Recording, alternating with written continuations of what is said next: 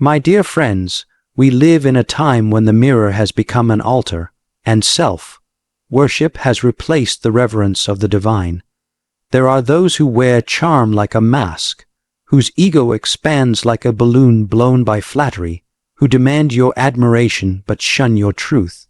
They are what we call narcissists, souls starved of humility, addicts of validation. But I give you today one sentence, just one, that will make such a person tremble at their core. It is not a threat. It is not anger. It is not revenge. It is truth wrapped in courage. I see through you, and I do not need you. Like Christ before Pontius Pilate, truth does not shout, it stands. And here are 5 eternal truths that underpin this powerful sentence. To see through someone is not a talent. It is a grace, discerned not by suspicion, but by stillness of soul. Discernment is the eye of the heart, sharpened by truth and trained by suffering. It is the ability to look beyond the surface, to hear what is not said, and to feel the tension behind the charm. It does not leap to conclusions, but it listens deeply. It studies not only the words, but the silence between them. Discernment is born when the soul has spent enough time in the presence of truth to recognize its absence. When you tell a narcissist, "I see through you," you are not simply saying, "I understand your games." You are declaring that their illusions no longer enchant you. Their flattery no longer flatters. Their theatrics no longer distract. You are holding up a mirror, not to reflect their image back to them, but to show them the emptiness they have hidden from themselves. And what frightens them is not that you see their mask. It is that you are no longer controlled by it. You see, a narcissist builds their power on the fog of your confusion. They rely on your doubt, your need for their approval, your willingness to believe their performance. They are magicians of perception, conjuring false intimacy, fabricating importance. But discernment dissolves that illusion. It does not argue, it does not plead, it simply sees, and in that sight, their power begins to break. A man or woman who sees truly is a threat to every false structure. Christ himself was not feared because he had soldiers or swords. He was feared because he saw. He looked into the hearts of the Pharisees, into the intentions of the proud, and they could not bear that gaze. When you gain discernment, you no longer react. You respond. You no longer chase. You choose. You are no longer intoxicated by charm. You are anchored in truth. And that is why discernment is not just a strength. It is a spiritual shield. It protects you not just from what others do, but from what you might become in reaction to them. It allows you to walk away with grace, speak truth without cruelty, and stand firm without needing to shout. To see through a narcissist is not to hate them. It is to love truth more than illusion. It is to choose clarity over confusion, and to recognize that your soul was made not to orbit around someone else's ego, but to rest firmly in the light of what is real. And once you see clearly, you will never again bow to shadows. Detachment is not indifference. It is not coldness. It is not the absence of love. It is the ordering of love. It is the quiet strength of a soul that has learned to hold everything with open hands. To be detached is to be free, not from people, but from the chains of needing them to validate your worth. When you say, "I do not need you," you are not speaking from pride or rebellion. You are speaking from a deep and settled place within, where the approval of others no longer defines your identity. You are no longer moved by every shifting glance or passing opinion. You are rooted, like a tree whose nourishment comes from hidden waters, not the changing weather. The narcissist is terrified of such a person, for they thrive on dependency, emotional, psychological, and even spiritual. They draw their strength from your weakness, their importance from your desperation. But when you say, I do not need you. You are pulling the plug on their illusion of control. You are announcing that you will not beg, that you will not be manipulated by silence, that you will not dance for crumbs of attention. This detachment is not rejection. It is resurrection. You are rising from the grave of false dependence and choosing to live from a higher source. You are not turning away from people, but toward God. You are no longer a hostage to praise or punishment. You have found in yourself a dignity that does not fluctuate with someone else's moods or approval. To be detached is to know that love freely given is more powerful than love begged for. It is to understand that you can care deeply without clinging, give without losing yourself, and walk away without hatred when the situation demands it. It is the confidence that says, I will be kind, but I will not be controlled. I will listen, but I will not be deceived. I will love, but I will not lose my soul in the process. This is the detachment of Christ, who loved without condition, served without fear, and stood before Pilate, silent, calm, and utterly free. He did not need applause to be the Son of God. He did not need safety to fulfill his mission. His freedom came not from what was taken away, but from what could never be taken away. His union with the Father, so too with you. When your peace no longer depends on another person's attention, when your joy is not hostage to someone else's validation, you have entered into a sacred freedom. You can walk away from manipulation without bitterness. You can stay in truth, even if it costs you company. You can love someone and still let go if love is not returned with honesty and respect. That is the freedom of detachment, not the coldness of isolation, but the warmth of inner wholeness. It is not a wall, it is a doorway, and through it you step into the life you were always meant to live, unchained, unshaken, and uncompromised. Truth is not loud, but it is unshakable. It doesn't need to shout to be powerful. It simply needs to be spoken. Where manipulation weaves its tangled web through confusion, emotional pressure, and half-truths, truth walks in like a quiet light and reveals everything. It exposes not to shame, but to set free. A manipulator's greatest weapon is ambiguity. They twist words, shift blame, create doubt in your own mind, and gradually erase your sense of reality. You start to question your memory, your judgment, even your own feelings. This is not love. It is psychological warfare, and it thrives in the absence of clarity. But when you speak truth, especially the truth about what is happening, you break the spell. The moment you say, "This is what I see. This is what I know. This is what I will no longer accept," the illusion begins to fall apart. The manipulator is no longer playing a game in the dark. Now the lights are on, and everyone can see the pieces. Truth is not just a weapon. It is a boundary. It does not wound to destroy. It wounds to heal. Like a surgeon's scalpel, it cuts only so that what is sick can be removed and what is healthy can grow. Truth anchors you when everything else is shifting. It gives you back your voice. It gives you back your mind. When you look a narcissist or manipulator in the eye and speak the truth about their behavior, about your limits, about what is real, you dismantle the very stage they perform on. You stop playing your assigned role in their script. And that's what they fear most, the collapse of their control. Truth requires courage because it may not be welcomed. It may be mocked, denied, or twisted, but it never returns empty. It clears the fog. It creates space for change, even if the only change is your decision to walk away. And truth has another quality. It is deeply silent inside. It gives peace. You may tremble when you speak it. Your voice may crack.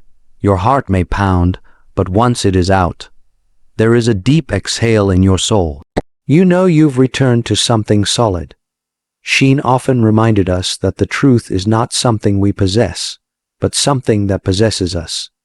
It is not ours to manipulate, it is ours to serve.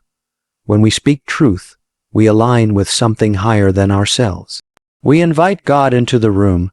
Truth silences manipulation because it cannot be negotiated.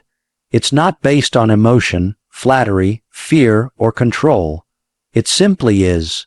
And when you stand in it, you no longer need to prove yourself, defend yourself, or plead your case. You rest, not because everything is easy, but because you are finally standing on solid ground. In the end, manipulation is noise.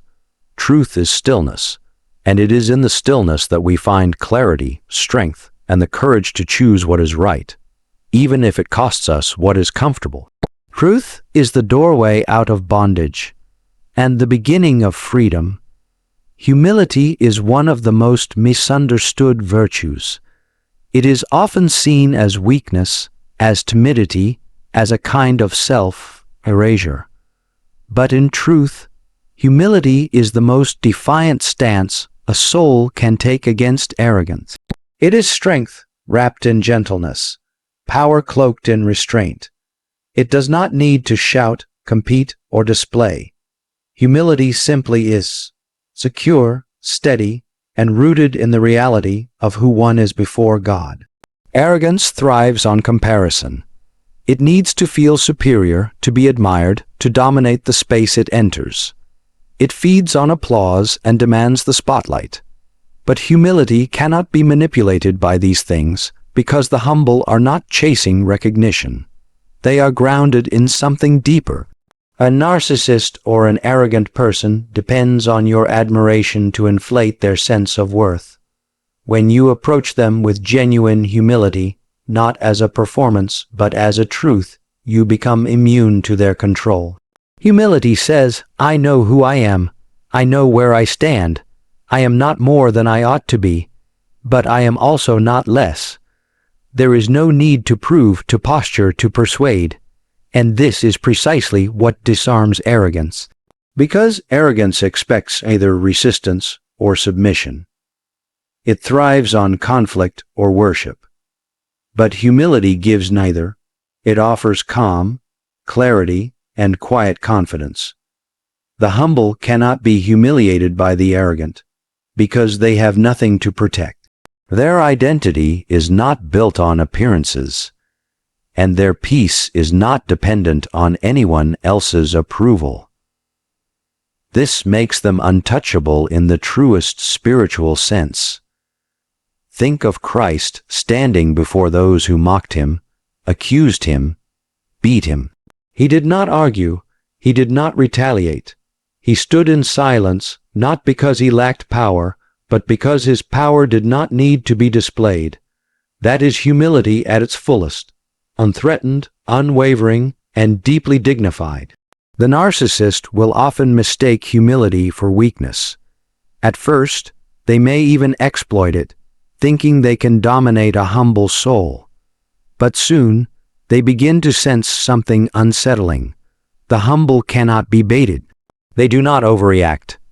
They do not fall into the traps of ego games. And slowly, the narcissist realizes they have no real hold on this person. That is when fear begins. Because humility reflects a higher allegiance. Not to ego, not to flattery, not to worldly status, but to truth and to God. It reveals that your worth comes from something eternal, something unshakable. You are not kneeling before man because you have already knelt before God. This quiet posture of humility unmasks arrogance. It reveals the insecurity behind the bluster, the fear behind the dominance. The arrogant see in the humble a mirror, not of their power, but of their emptiness.